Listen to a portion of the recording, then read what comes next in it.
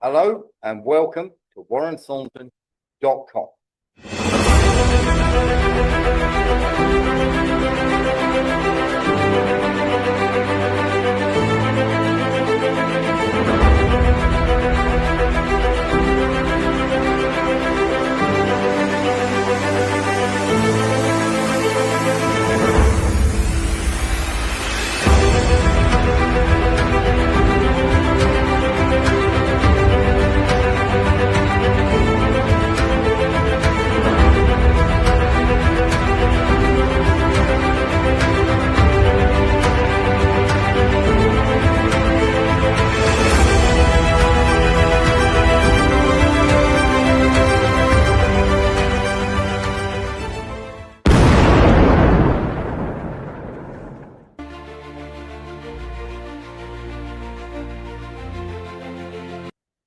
Hello and welcome to WarrenThornton.com.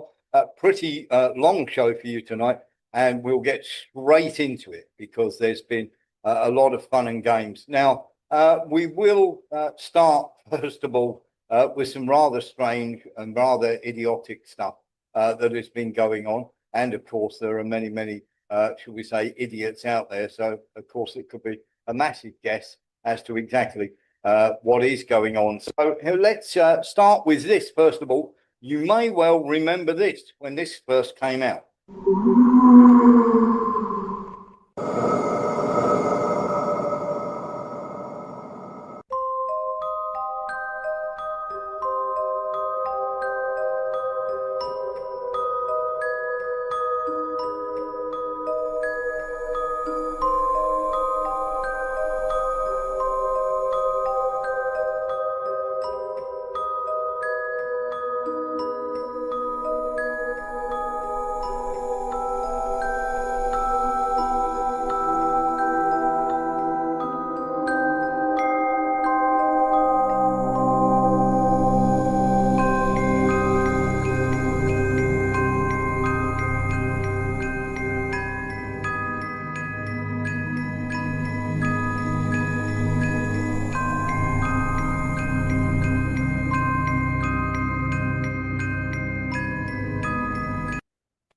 So there we are. So that was Keir Starmer and, of course, the three young men. Now, of course, when we talk about, shall we say, Keir Starmer, some of the stuff he's got up to, he went to China, of course.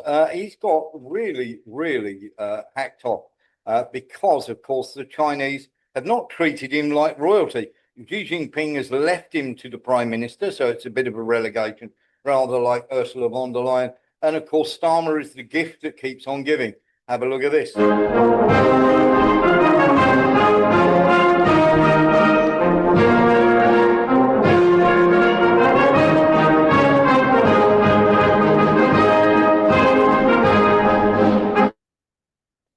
we go. Not even knowing where to walk when he was indicated to.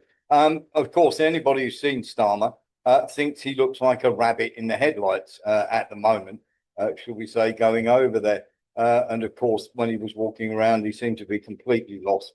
And in a fog, well, it may be a case that he's in a fog because this is the story that won't die and won't go away. Now, we all remember the three Ukrainian male models, of course, or supposed male models. Of course, one of them is not Ukrainian. And of course, there was a fourth man arrested who was then released. Now we have a bit of a problem because this ugly thing has reared its head again. Now, these three gentlemen are residing in Belmarsh, which is odd in itself. And of course, they put the date of the court case back until April.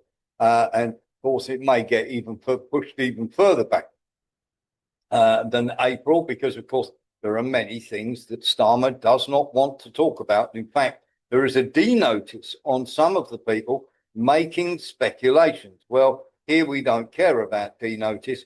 We're going to tell you something that we have a source from Whitehall, and he is saying that these gentlemen were known to Starmer, and of course that Starmer may well have indulged. Now, we've only got this one gentleman saying that games of strip poker took place. Now, we don't have a confirmed source for that, So this is allegedly our source in Whitehall. But there is more to this than meets the eye, of course, because there is now a fifth man arrested.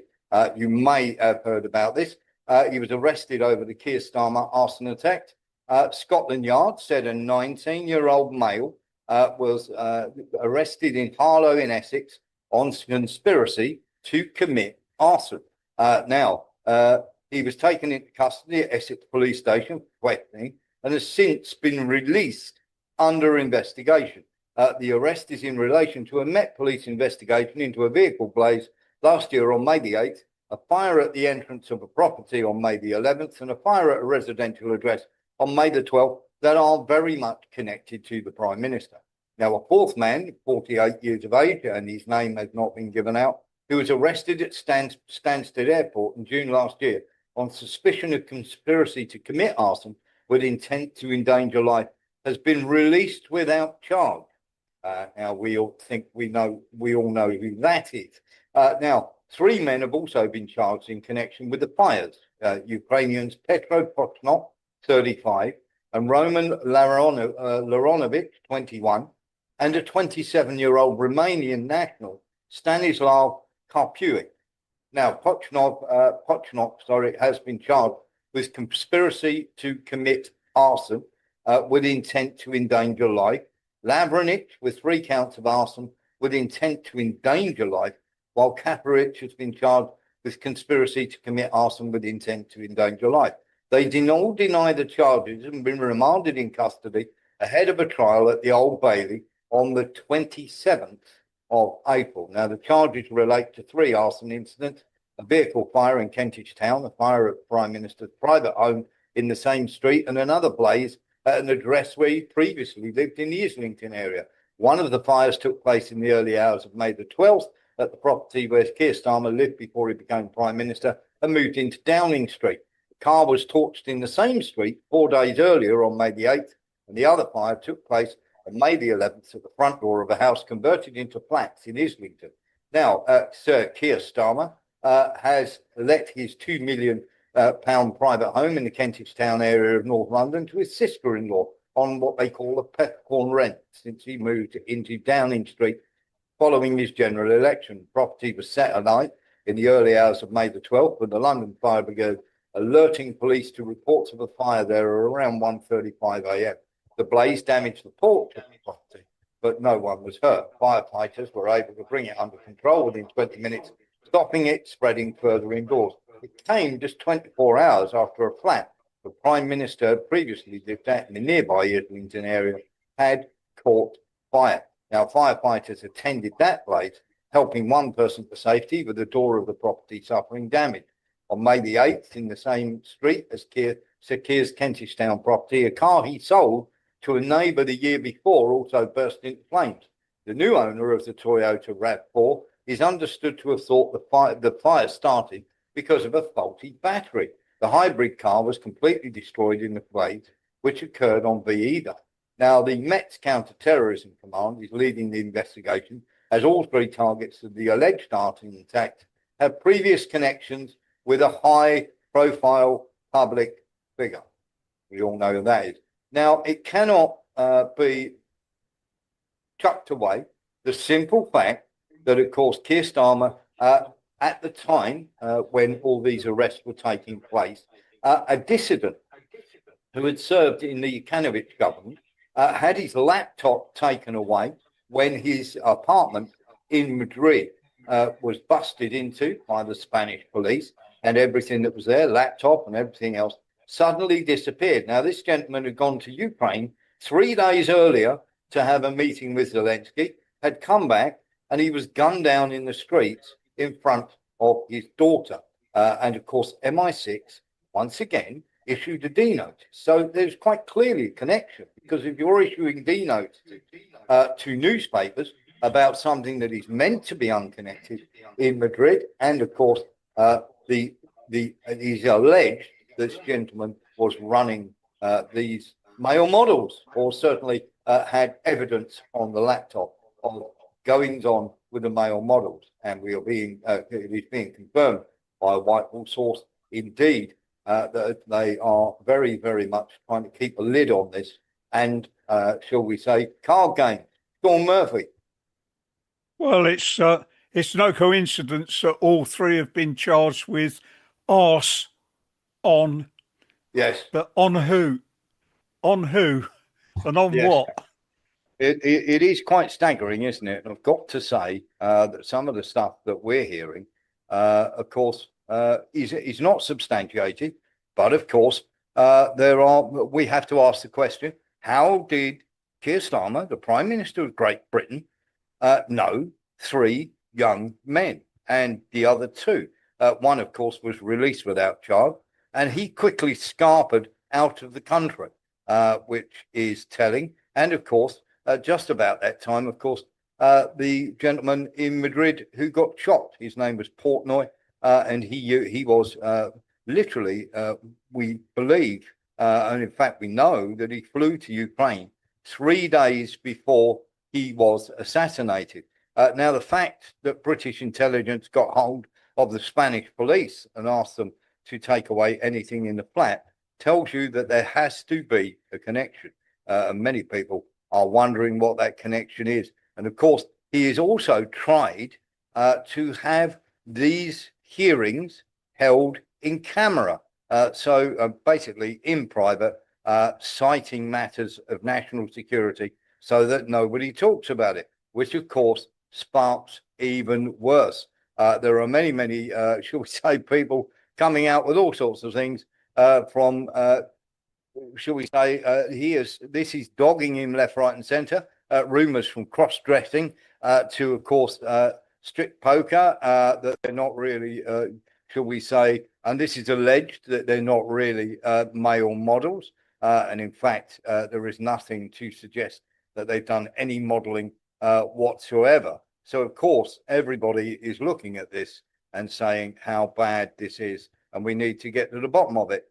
Keir Starmer has not come out and said a thing about it. In fact, he's remained very, very quiet, and nobody in the House of Commons is allowed to table a question about this. Now, that should tell you everything you need to know. There is much, much more to see here. And as we know more, we'll let you know more.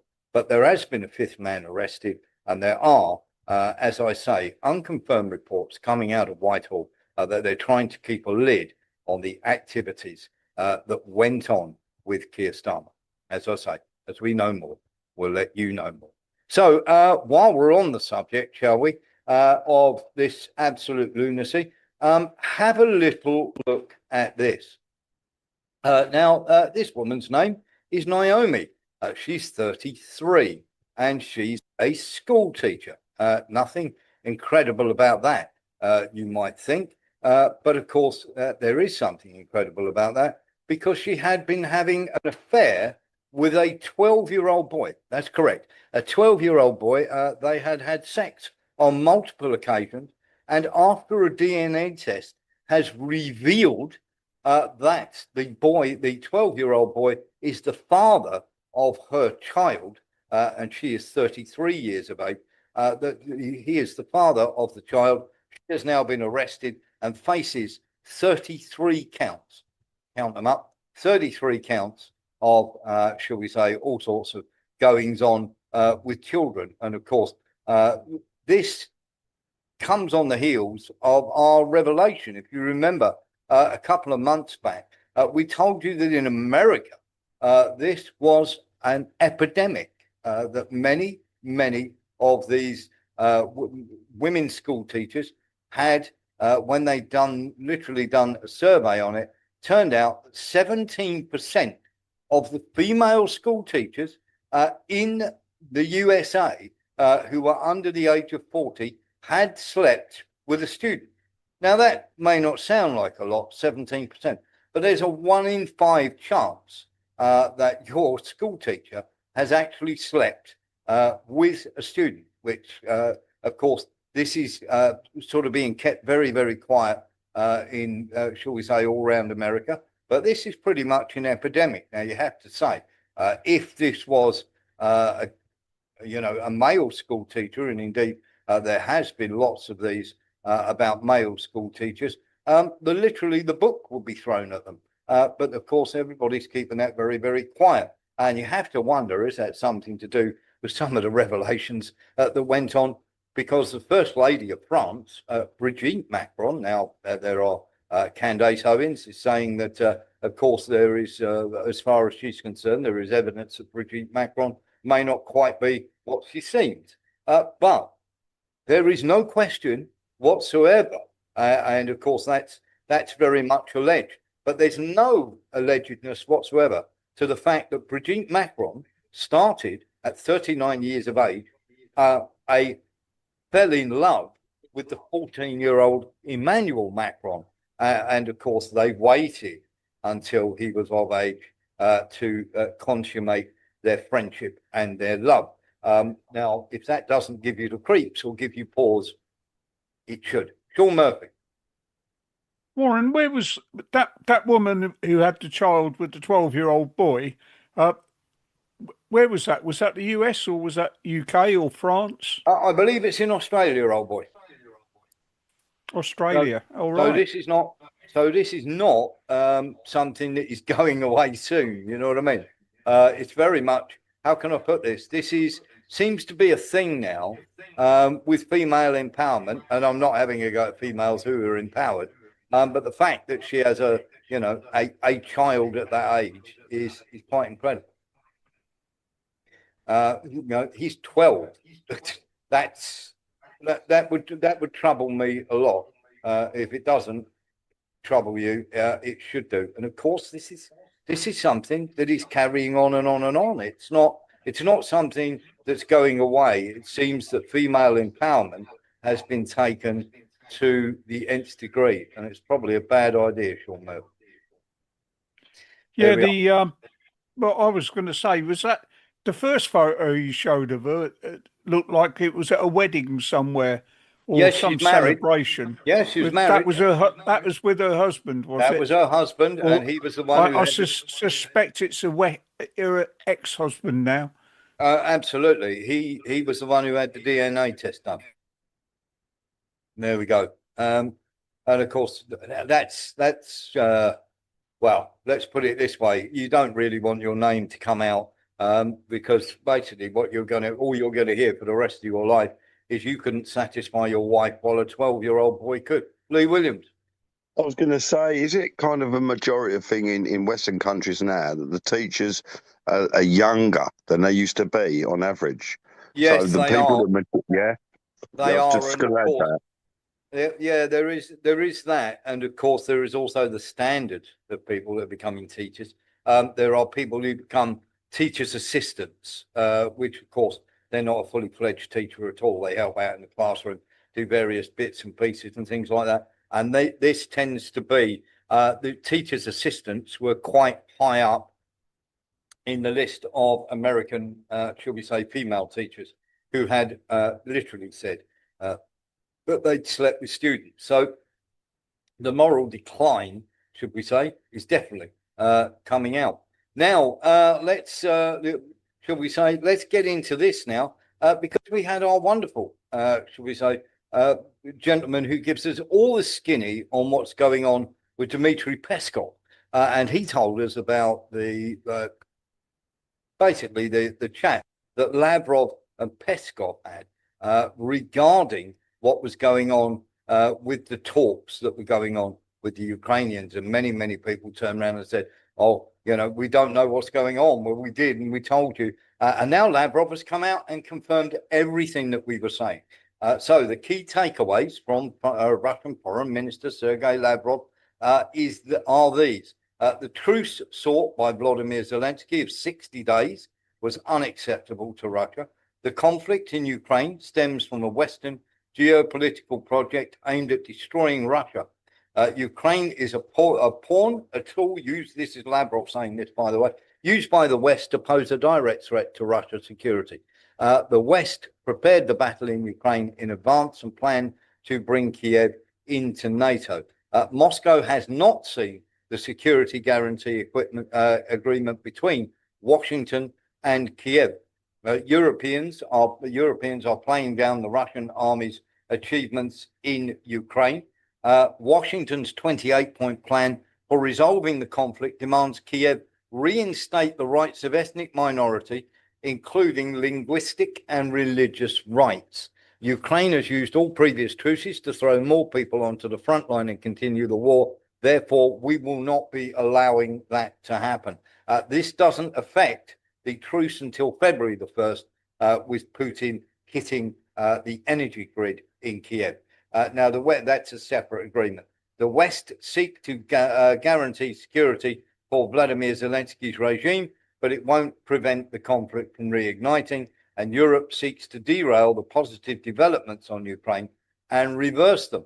But the key takeaway from Sergei Lavrov, and we've mentioned this over and over again, and Peskov, as far as we're concerned, we said that this has got to be done. And America are coming out and saying, no, it's about the conflicts, it's about the territories, it's a key sticking point. It is not. Sergei Lavrov has confirmed what we were saying. The Ukrainian conflict is not about territories, but about the Nazi regime seeking to destroy everything Russian. So there you have it. And of course, while we're talking about the moratorium strikes on energy infrastructure, I can say indeed, Peskov has confirmed President Trump made a personal request to President Putin to refrain from striking Kiev for a week until February the 1st in order to create favorable conditions for negotiations. That's all I can say on this topic. So Peskov has come out and confirmed that phone call did indeed take place. And of course, they've turned around and said that they are quite happy to do that, but it's not a problem. Now, Whitaker of NATO, the US permanent representative to NATO, came out and said the parties to the negotiations in Ukraine are getting closer and closer to a settlement working on technical issues. This is nonsense. And we have this from the gentleman who's very close to Peskov. And he's always right. He stressed the issues of splitting territories between Russia and Ukraine is the most complex.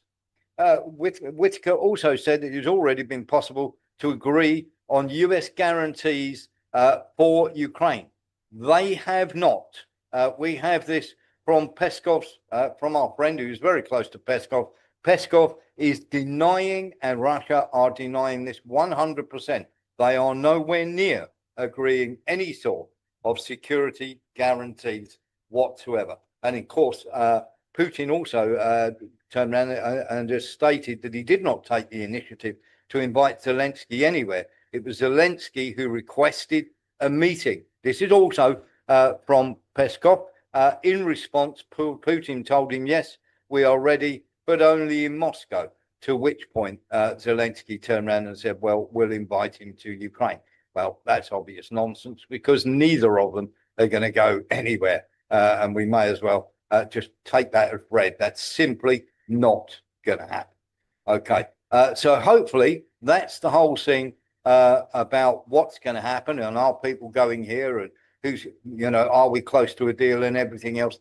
We are nowhere near close to a deal. And of course, something else that is quite, Zelensky is getting a lot of stick for. I've got to say, I did chuckle when I saw this because, of course, people on social media were getting very, very interested in this. Now, Ukraine, turning around and thanking Maloney. Ukraine distributes boilers from Italy to support heating for up to 90,000 homes. Ukraine has distributed industrial boiler equipment delivered by Italy among communities in 10 regions, Deputy Prime Minister Aleska Kuleva said on January the 29th. And basically, people were saying, turned around and said, that's very kind of Zelensky to call Maloney an old boiler. And of course, Zelensky's been getting stick for this left, right and centre because, of course, his people are able to dance the night away, or the rich people are able to dance the night away in these clubs and everything else. And of course, nothing is happening to them. It only seems to be happening to the poor Ukrainians. And of course, there's many of these. Now, do you remember? We are going to show you this once again because do you remember this? Let's have a look.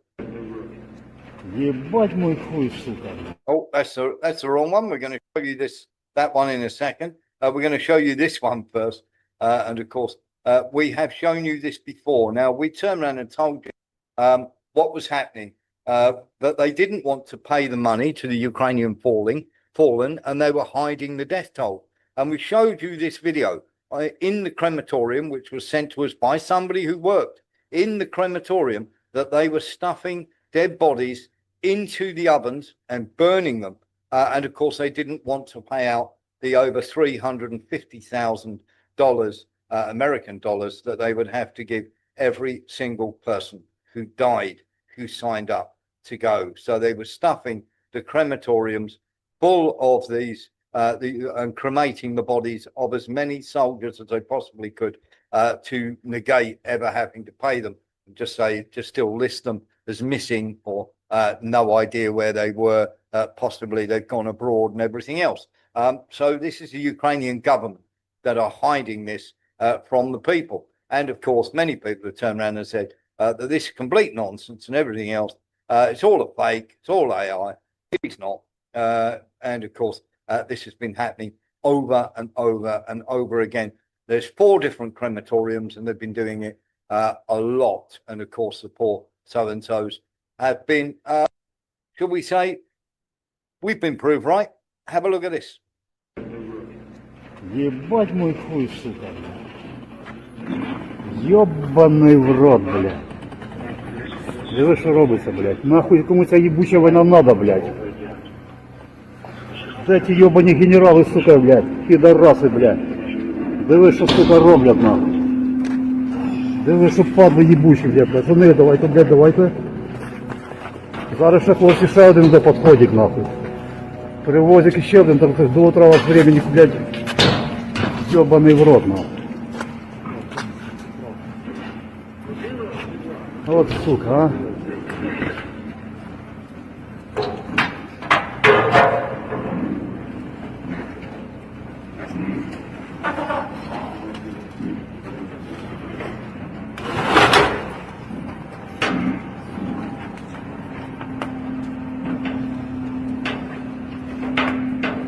Це пиздец, блядь, а.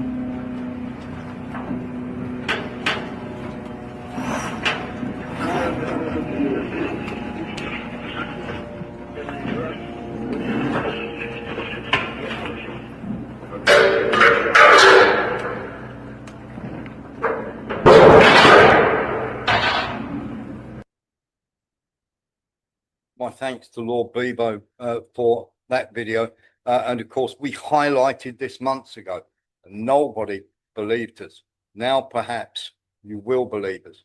And this is something that, of course, is quite horrific. And of course, this is one of the reasons why we keep talking about this and saying how bad it is. Please, can we put a stop to it? Everybody knows and is fully aware. BlackRock, we showed the letter that BlackRock said, why don't you burn the bodies? Therefore, you don't have to make the payments. Trust a bank to come out with that. And if you think that's bad, then, of course, we look at the TCC, don't we? Which is, of course, the press gangs who grab these people and they throw them onto the front line after beating them up and throwing them. Let's have a little look. So let's have a little look at this. And let's see if the eagle eye can spot. У меня маленький ребенок! Люди! Меня старый черт, мой папа тебя убьет! Суки! Люди! Люди!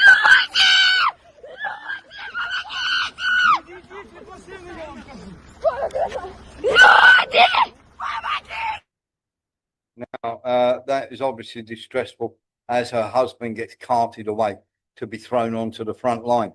But even worse, we had told you that many of the people in the Azov battalions, these are the neo-Nazis that, of course, don't want to go and fight and die on the front line. They have to grab loads and loads of people, enough people to keep them off the front line.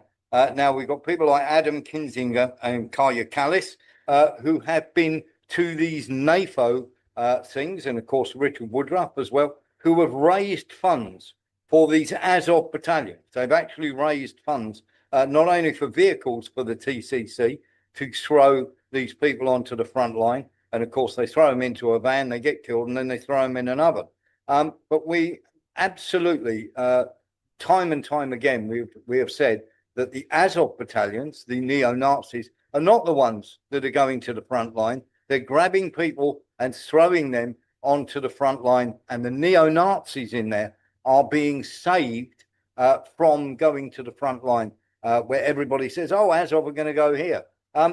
This is the picture from that, where they were throwing that guy in. As you can see, on his arm lapel there is a Nazi. Hopefully that clears up any doubt or any danger about what is truly going on here. And of course, we once again turn around and say that this should be stopped. And we're going to clear something else up as well. You would have heard about the civilian train that was bombed by the Russians. Absolutely terrible. And we said that there were no casualties. Well, there was one. That has come out now that there was one casualty. Now, what they'd done was there was a train going to the Donbass. They'd packed the drones into one carriage and they put civilians in all the other carriages. Now, the Russians very, very cleverly managed to hit that one carriage and not cause any damage to anybody else on the train whatsoever. Not one civilian was killed. Then Ukraine came out and said, yes, they had killed a civilian, and then they named it. And then we were able to find out that he was actually traveling in that carriage with the drones, and he wasn't a civilian at all. He was a sergeant in the military. Hope that clears that up. And of course, many, many people are still pushing this nonsense out there, and they obviously haven't seen what we have. And of course, and another thing as well, when they say that they're bombing a factory, a tobacco factory went up in smoke, if you'll pardon the pun, in Kharkiv. And it belonged to Philip Morris. And of course, this is Philip Morris, you will remember the tobacco company, Marlboro, this, that, and the other. And of course, everybody was saying how terrible it was and everything else. Well, it hadn't been used for making cigarettes since 2022. And when they hit it, of course, all the ammo went up that was being stored in there. So they're moving it by trains, keeping it in tobacco warehouses, you name it. And of course, we thought it was really, really important that you get to know everything that's going on there, because, of course, the Ukrainians are trying to come out with all sorts of nonsense when it comes to this. And there are many, many, should we say more, that it's going to be a problem. Two guys were saved by Romanians, and they were very, very lucky indeed. They were suffering from hypothermia and could barely move. They were trying to cross the border to get away from being press ganged into the army.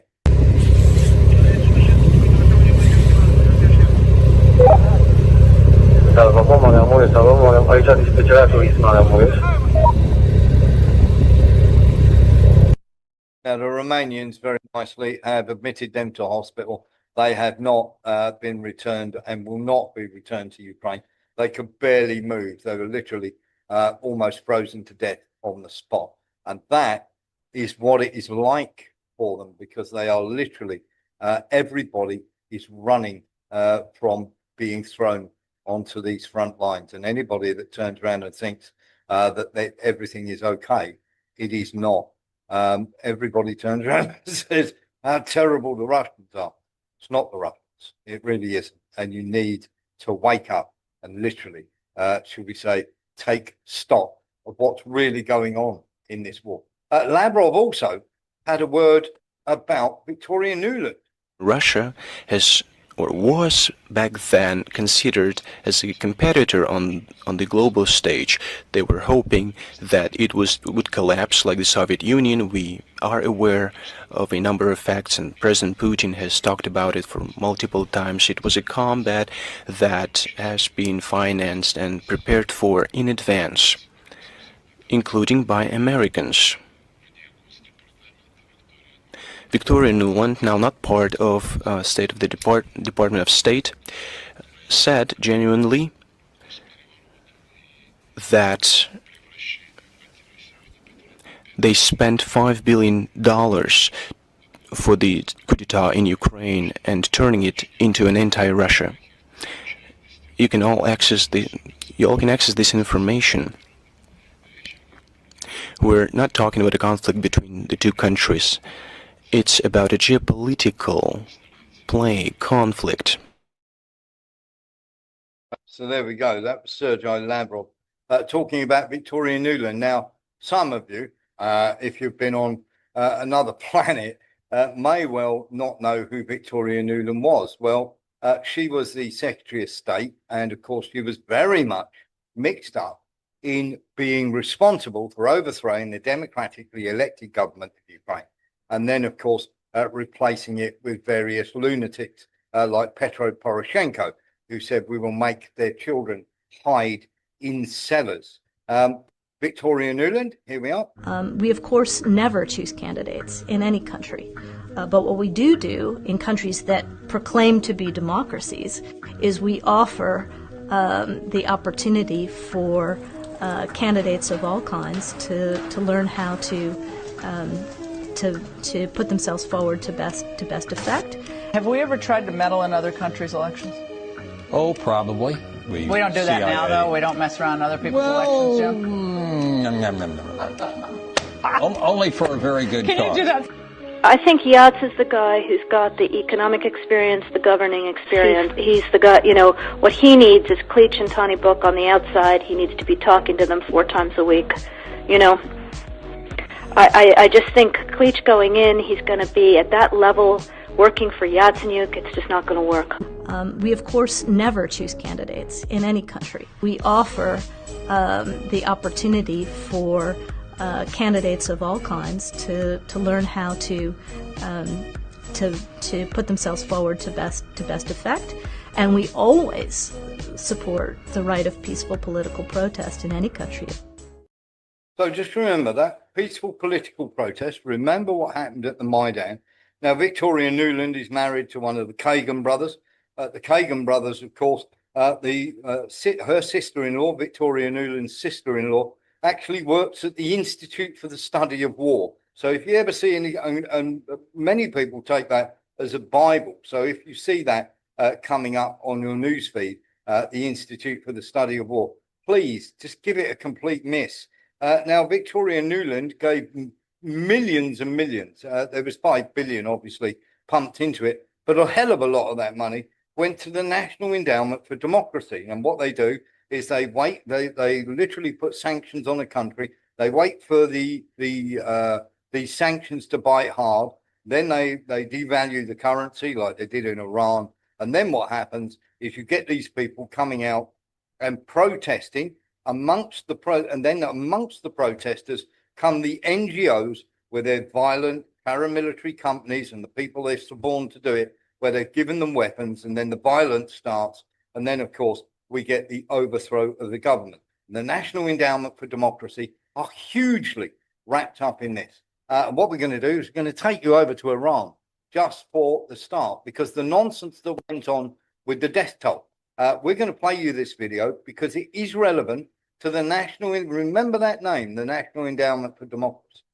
Hello and welcome to WarrenThornton.com. Now, since the Islamic Republic of Iran imposed a nationwide internet blackout to crack down on foreign intelligence-backed riots, and we all know who those are if you've been watching our show, these claims of massive death tolls, none of which provide any credible evidence at all, continue to circulate in a coordinated fashion, amplified by Iranian opposition media and the mainstream Western press alike. Amid the wave of Western coverage on Iranian protests, a Toronto-based NGO issued an outrageous claim that Iran had killed 43,000 protesters and wounded another 350,000. The group behind the figure, the International Center for Human Rights, or the ICHR, more about them in a minute, offered no footage, no forensic evidence, no data whatsoever, and no independently verifiable proof. However, this went viral as intended. So did similar or even more extreme death tolls. They were echoed across social media by these influencers, recycled by opposition outlets like Iran International, and eventually laundered into Western corporate media coverage. The figures vary wildly from 5,000 to 8,000 dead and lack even the pretense of substantiation. But they also have a clear political purpose: to build a case for overthrowing the Iranian government for the benefit of Israel and the USA. Now, the lowest estimate of Iran protest deaths is 5,000. That came from the US-based group Human Rights Activists in Iran, which admits it's still investigating 17,000 additional cases. Now, the HRAR is no independent arbiter. It was partnered with, guess who? The National Endowment for Democracy, or NED, the US soft power tool established under former President Reagan to continue the CIA's work under NGO cover, and the people who were responsible under Victoria Nuland for starting the Ukraine war. Another frequent source for Iran's death toll is the Abraham Boroman Center for Human Rights in Iran, which is also funded by, guess what, the National Endowment for Democracy. See a pattern here. One of its board members is a gentleman called Francis Fukuyama, who's a signatory to the infamous neoconservative blueprint for the War on Terror, the project for the new American century. And we all remember the WMDs, don't we? Then there is the United Against Nuclear Iran outfit, which claimed 12,000 Iranians were killed in the protest. This lobbying outfit successfully pressured the World Economic Forum to disinvite Iran's foreign minister and counts among its ranks, are former Mossad chief Meir Dagan, current US Secretary of War Pete Hegseth, and Dennis Ross of the Israel lobby's think tank Winnet. Now, the ICHR, remember we promised we would tell you about them, the group behind the 43,000 deaths claim, is based in Canada and solely focused on Iran. It openly celebrates Israeli assassinations of resistance leaders, or what they call terrorists, and praises the growing friendship between Israel and the Iranian opposition. Its executive director, Ardeshi Zadeh, has published photos of himself posing with Israel and monarchistic flags. Now, despite the bombast, the ICHR's report offers no evidence. It relies on unverifiable comparative investigation analysis and anonymous sources, and falsely claims 95% of killings occurred over just 2 days. There is no footage of anything approaching those numbers it alleges. Meanwhile, the Iran Human Rights Documentation Center, another US State Department funded outfit, once promoted a bizarre claim that a protester faked his death and hid in a body bag for 3 days. Even the outfit themselves admitted it couldn't verify the story, but the opposition outlet, Iran International, broadcast it anyway. Now, Tommy Robinson and many influencers have pushed the more outlandish stories, including the allegations that Iran's security forces suffered protesters by zipping them alive into body bags. No evidence required, just one anonymous voice note. The IHRDC has also been consulted by the US government to guide its sanctions policy, would you believe? So much for fairness and transparency, including the creation of a blacklist targeting Iranian individuals. Its executive director, Shannon Malani, recently posted on X that US President Donald Trump's overtures to Iran protesters, if not backed up by overwhelming support to cripple the government's armed forces, would constitute the greatest betrayal of Iranians by the West. This is part, of course, as a broader US strategy, where Washington has poured funding into dozens of NGOs focused solely on Iran, from women's rights outfits to ethnic minority advocacy groups, all tasked with feeding the narrative architecture of overthrowing the government. Now, the propaganda pipeline runs from many hundreds of online influencers to Western media, and you've only got to have a look. There are loads of them out there. Just have a look at who is posting these ridiculous death tolls, and of course you will soon find out. Take online activist Sana Ebrahimi, who claimed 80,000 protesters have been killed, citing only a friend in contact with sources inside the government. Sana Ebrahimi, the sources inside the government don't contact you. And we have that from sources within inside their government. Her post garnered over 370,000 views. Now, soon after, British radio station LBC News quoted an Iranian human rights activist named Paul Smith, who upped the death toll to 45 to 80,000. Smith, it turns out, is a regime change agitator on social media who endorses US military intervention in Iran.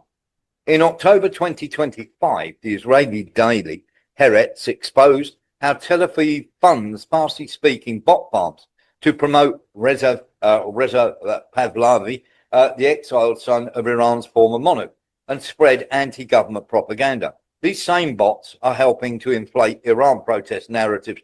Back in 2022, it's a digital war campaign being masked as grassroots outrage from no other than the US and the Israeli. Now, Times magazine claims 30,000 Iranians have been killed, citing two anonymous health ministry officials. Iran International topped that, citing its own two anonymous health officials to allege 36,000. Only Amnesty International, despite its hostile posture towards Tehran, refrained from a specific number, saying that only thousands had died. Now, that estimate, roughly along with Tehran's own figures and figures we have from people inside embassies inside Iran, Iran's Foundation of Martyrs and Veterans Affairs reports just over 3,000 deaths. The official death toll is 3,117, including 2,427 civilians and security personnel. Now, what we are seeing is something far, far worse. Now, let's give you a rundown of that, because over 600 of them are terrorists or freedom fighters, whichever you want to call them, depending whether you're in the West or you're in Iran. The verifiable figures we have from embassy sources and military intel inside the country put the figures at around 3,000. So that sounds about right. Now, what must also be told is, a huge number of these people were non-protesters that were killed by protesters. And we've shown you the footage of just one of many, many videos that are out there from CCTV. Now, very, very simply, what we've got here is a coordinated effort, a misinformation offensive driven by Washington-backed networks, Tel Aviv's propaganda arms, monarchists, opposition in exile, and a compliant corporate media press, as well as social media influencers who, let's face it, are an absolute disgrace to the human race. The grotesque death toll and phantom atrocity stories began circulating following a familiar imperial playbook: the bogus incubator babies in Kuwait in 1990, the forged weapons of mass destruction claim in Iraq 2003, the invented Libyan genocide in 2011, and the endless chemical weapons fabrication in Syria. Each time the purpose was the same: overthrow the government. Has nothing to do with nuclear, has nothing to do with protesters, and they don't care how many Iranians died. If they cared about the Iranians, they wouldn't have had sanctions on normal Iranian people for so many years. And of course, the mayhem of recent terrorist operations in Iran literally did this. They destroyed 305 ambulances and buses, 24 petrol stations, 700 shops, 300 private homes, 750 banks. I wonder why they did that. Would that be so you couldn't withdraw your money and leave the cities? 414 government buildings, 749 police stations, 120 basis centers, 15 libraries, 200 schools, 2 Armenian churches, 253 buses, 600 ATMs, 800 private cars. And we're also talking about 350 mosques, not one synagogue of over the 100 that are there. And you will hear people turning around and saying they were hiding weapons inside the mosque. Once again, not one verifiable source can actually show that to be true. And that's the reason why Muslims were burning mosques. I have a bridge to sell you. So the total death toll stands at 3,117. Civilians and security forces, 2,427. Terrorists, 690. Now, it may please you to know, or may interest you to know, that the original demonstration by proper Iranian people, of course, was over the rial, which absolutely lost all its value, the currency of Iran. Now, very simply, it wasn't coordinated with the Americans, but the banks shorted the rial so that the actual currency of Iran lost 40% of its value. Of course, then that started the normal protests that they could then attach themselves to and turn them violent. This is playbooks we've seen in Serbia, we've seen it in Georgia, we've seen it in many, many countries. And of course, just in case you were wondering, the Americans weren't quite ready to go. Now they are ready to go. Guess what? We've got another run on the Iranian currency. Suddenly, overnight, it's dipped by 16%. I wonder what could be going on. There we are. So that was a little video we made just to explain everything that's going on with the numbers, and the death toll that's going on, and the nonsense that's coming out. And here we go again, because we told you there about the endless chemical warfare nonsense that came out about the Syrians, and the neocon think tank, the Hudson Institute, has said that Iran's strike involved a radiological dirty bomb. Iran's direct response for Trump's assassination of Iran's Quds Force Commander General Qasem. This was back in 2020.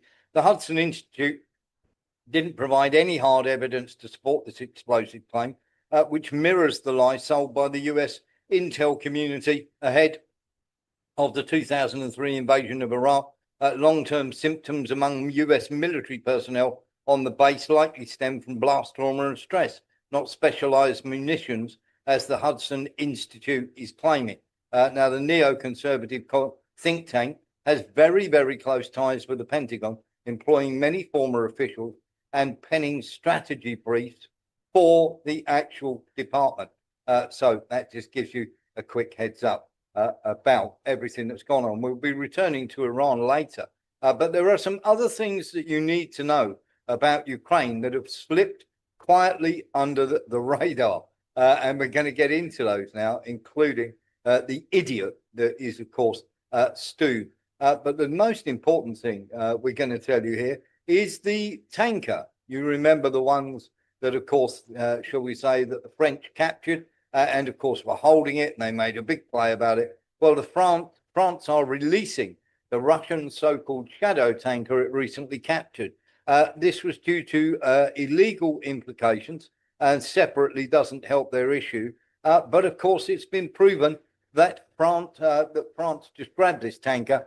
There is not one piece of evidence to show that it is a Russian shadow tanker. So they've had to let it go and let it go on its way. Isn't that quite amazing? So the shadow tanker that the French grabbed hold of, nothing of the sort. Let's get into this idiot now. And I have met Putin a few times. I think the DNA of Russia is still expansion and imperialism. And I think the driver of Putin is Ruski Mir, Great Russia, which basically means one Russia, one language, one religion, and one leader. So please remember that, Stu there, calling the DNA of Russia expansion and imperialism, the driver of Putin, Great Russia, which basically means one language, one religion, and one leader. I don't know if anybody has told Stu that in Russia there are more than 190 ethnic groups, over 100 different languages, and there are over 20 million Muslims in Russia. This is the guy they are selecting, or they want to select, to go and talk to the Russians. Doesn't seem like a good idea, does it, when you hear that idiot go on with nonsense. He obviously doesn't know a thing about what he's talking about here. And of course, we will just keep an eye on him and what he's up to. There are many, many other things that have gone on as well that we need to talk about. And this is quite, I would say, quite awful. We're talking about all sorts of nonsense that's going on with Ukraine. And Thatcher once came out, Margaret Thatcher once came out and said if anybody they were to be jealous of, it would be Russia. I'm going to play you a little clip from this video because it is very, very telling. If you were to make a table of countries in proportion to the natural resources they have, the top one would almost certainly be Russia. She has everything: oil, gas, diamonds, platinum, gold, silver, all the industrial metals, marvelous standing timber, a wonderfully rich soil. But countries are not rich in proportion to their natural resources. Countries are rich whose governments have policies which encourage the essential creativity, initiative and enterprise of man and recognize his desire to do better for his family. So there we go. Thatcher turning around and saying, Russia literally has it all. And we're going to play you a little video now. Make yourself a cup of coffee, sit yourself down. Mike Jones is a very good commentator who doesn't get enough, shall we say, airtime when he's talking about things inside of Russia. He is a British young man who became a journalist in Russia, and we're going to hear from him after we've heard from Nilis. Yeah, I think Mr. Thatcher was right. Yeah. But I think what a lot of people didn't realise, I was told from people I knew working in the City of London, a lot of the money that was used to buy up, given to the oligarchs, like Abramovich, came from the City of London. And it came from the Deputy of Jews as well. Yeah. And this is why many of the Russian oligarchs were Jewish, because that's where they got the money. So, yeah, Mrs. Thatcher might have had been told that and said, yeah, when the wall falls down, and because they had Yeltsin in their pocket and he was a drunk, they could do almost anything with him. He sold everything off bargain prices. It's a bit like Churchill selling off Britain to the Americans during the Second World War at bargain prices. And the Russian was even sold off even cheaper. And so she probably had good intelligence for that. That's a good point. Well made. While we're on the subject of Russia and everything else, the Zaporozhye nuclear power plant, Zelensky once again, Nilis. Oh, you're just taking your hand down. Okay. The Zaporozhye nuclear power plant once again is in the news. We are not giving up any territory in Donbass, and we are certainly not giving up the Zaporozhye nuclear power plant. Once again, and this is for the Americans. It's not for the Ukrainians, because they wouldn't have control of it anyway. But they, every single time that, of course, this goes on, we get the same old nonsense. And of course, should we say, this is going to be an ongoing situation where they're just going to keep going on about this. And of course, we're getting the same good nonsense from MI6, who have turned around. The Russians are now saying they have absolute evidence because Zelensky tried to say that when they did the lorry loads of drones that they used to attack deep inside of Russia, they said it was all their own work. And the Russians are saying that's absolute nonsense, because they've got the serial numbers from obviously the drones and everything else, and they know that MI6 are part of it. Now, the Daily Telegraph, which is MI6's mouthpiece, are saying Russian forces advanced slower than any army in the past century. And of course, that is meant to make you think that the Russians are absolutely incompetent. The fact that they don't need to advance, very simply, the Ukrainians are throwing people on the front line and dying in great numbers, should tell you everything that you need to know. There is a meme going around about Putin, who has turned around and said that he is going to allow no bombing whatsoever of Kiev's electrical supply until February the 1st. Well, really, he could go a bit longer than that if he really wanted to, for the simple fact that it takes them about 6 weeks to re-engineer everything and throw it back up online. And of course, this has been doing the rounds. There we go. Don't bomb Kiev. It's cold there. Putin saying, what about Iran? But it's not cold in Iran, which we thought was quite, yes, Operation Red Spider. Thank you very much for that, Mo. I've forgotten the name of the operation for a while there. And of course, they're saying that they did it all on their own. No, they didn't.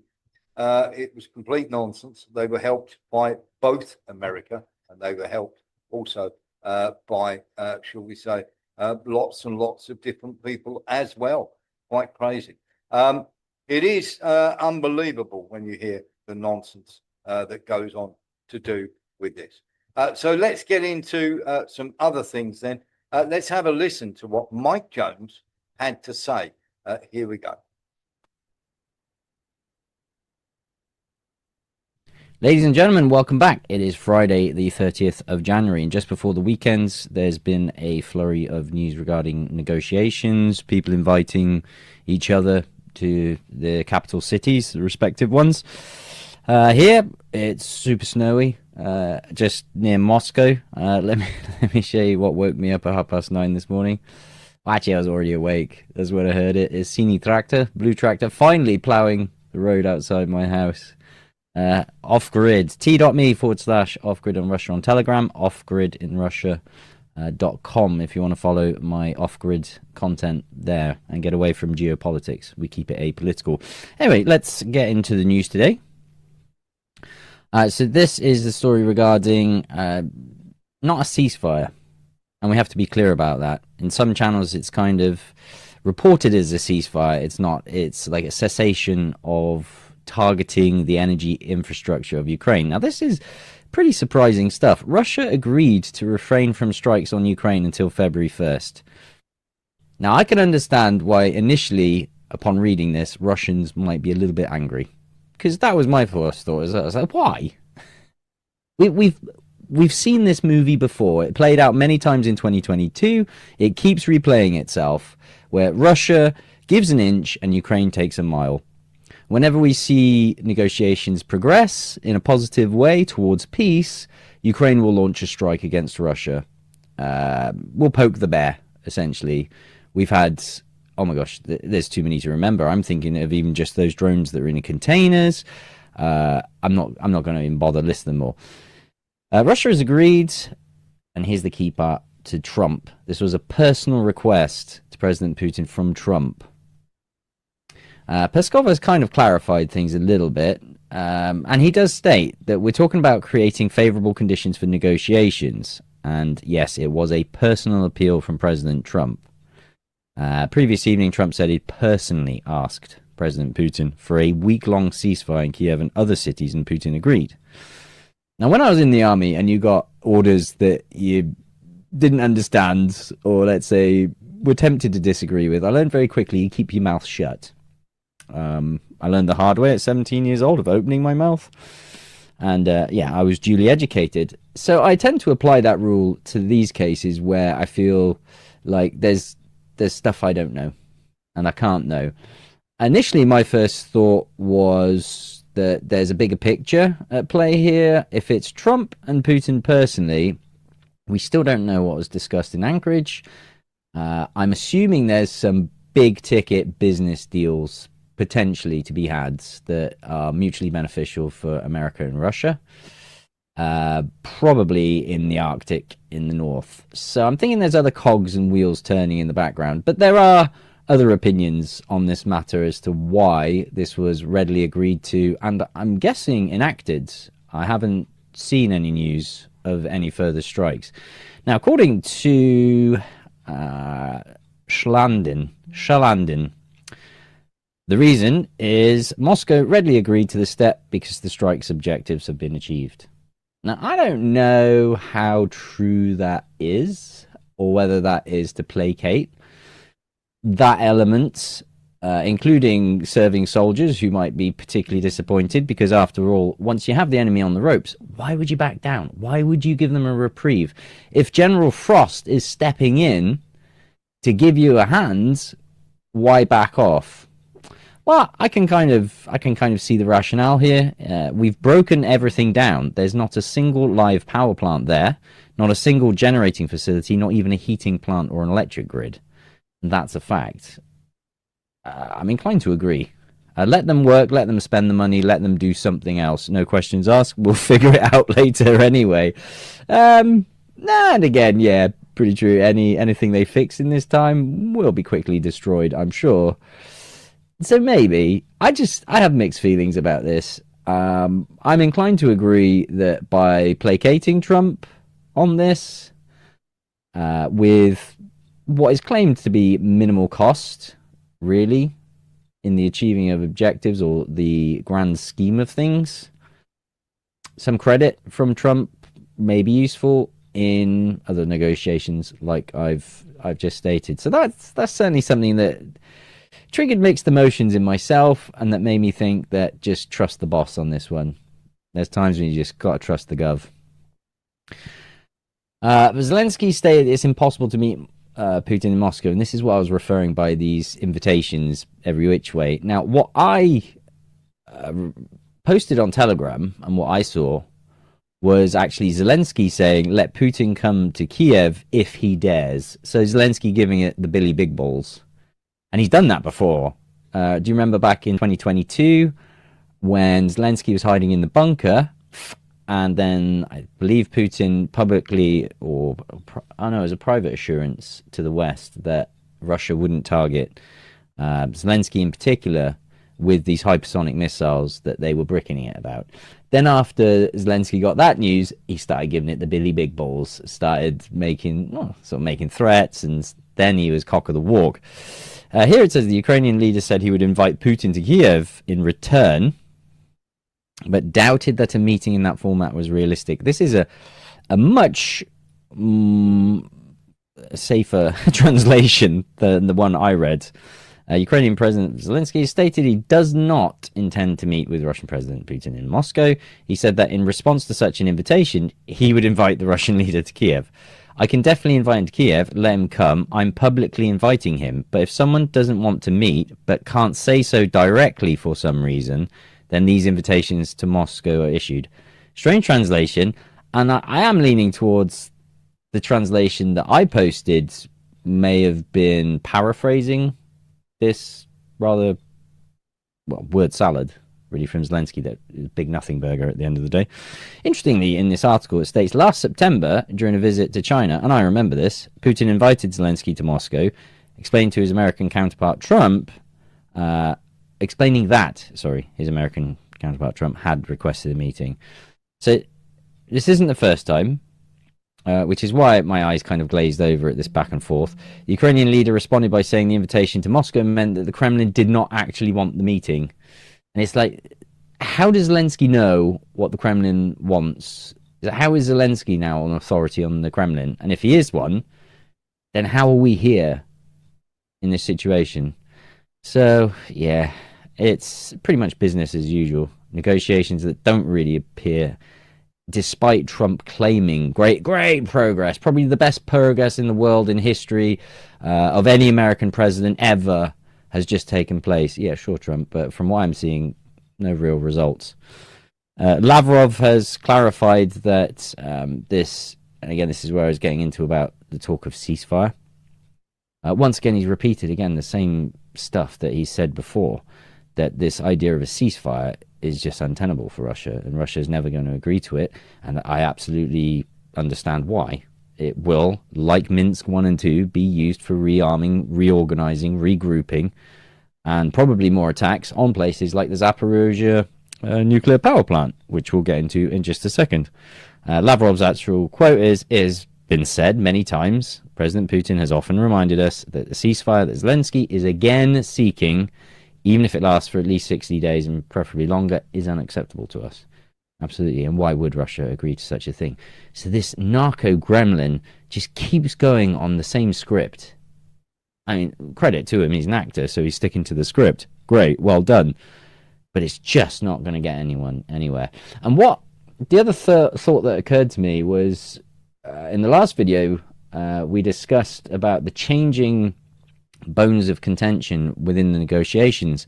Back in Abu Dhabi, the first day it was something like territorial concessions. This was the key sticking point. Couldn't reach an agreement on it, an impasse. But then that wasn't a problem anymore. It was now security guarantees. Ukraine needed security guarantees. They got security guarantees, but then they didn't want the security guarantees because the troops wouldn't be experienced in drone warfare, as is the case. What I mean by all of this is I did wonder if one of the factors behind certainly Putin's agreement to Trump for cessation of this targeting the energy infrastructure may well be, what if one of these conditions that Ukraine just cannot and will not, and even the West probably, will not adhere to or accept or even acknowledge, certainly publicly. I wonder if this was perhaps something discussed in Anchorage. What if that condition is bringing all these Nazis to justice? because I wouldn't accept anything less, personally. What I think is irrelevant. But what if, because we've had it stated back in those negotiations that this neo-Nazism has to be eradicated. That is a stated objective of the special military operation. So what if, to achieve that, that means holding to account and bringing to justice not just the narco-gremlin Zelensky, that means Poroshenko, he's guilty, because not all of this is, to be fair, on Zelensky's shoulders. As we know, he's a puppet, and his predecessors have contributed to this. So there's Poroshenko. That also includes Zaluzhny. Poroshenko and Zaluzhny allegedly conspiring now with regards to these elections. Then you've got the likes of Kuleba. Is it Kuleba? Kuleba? I don't know how you pronounce that Harry Potter idiot's name. Currently residing in the US, I believe. Budanov. We're talking about the entire administration, and not just present ones, but past ones. What if that's the case? I can see that as being something Russia would demand, and something that Ukraine, and certainly Ukraine, could never accept, and potentially the West, given that probably many of these individuals are, let's think of Budanov, for instance, are intimately and inextricably linked to Western intelligence. Just a thought that I had on there. Anyway, that wraps up Lavrov's. And here is where I was talking about the Zaporozhye nuclear power plant. And here's also a little question that popped in my mind. It's, why is this such a center of focus? Is it just because it's a nuclear power plant? Is it just that? Or is there something more to this? As is rightly pointed out here, and of course Russia won't, well, they have negotiated on it. In the last round of negotiations, there was talk of shared control. Zelensky, as it says here, previously rejected the possibility of a compromise, and yet that was what was stated in Abu Dhabi. And he's apparently stated he's going to fight for it, and Donbass. It says here about Zelensky's reluctance to give up Donbass and the Zaporozhye nuclear power plant without a fight. The quote from Peskov here, I thought I'd highlighted it, apologies. Naturally, we've seen these statements.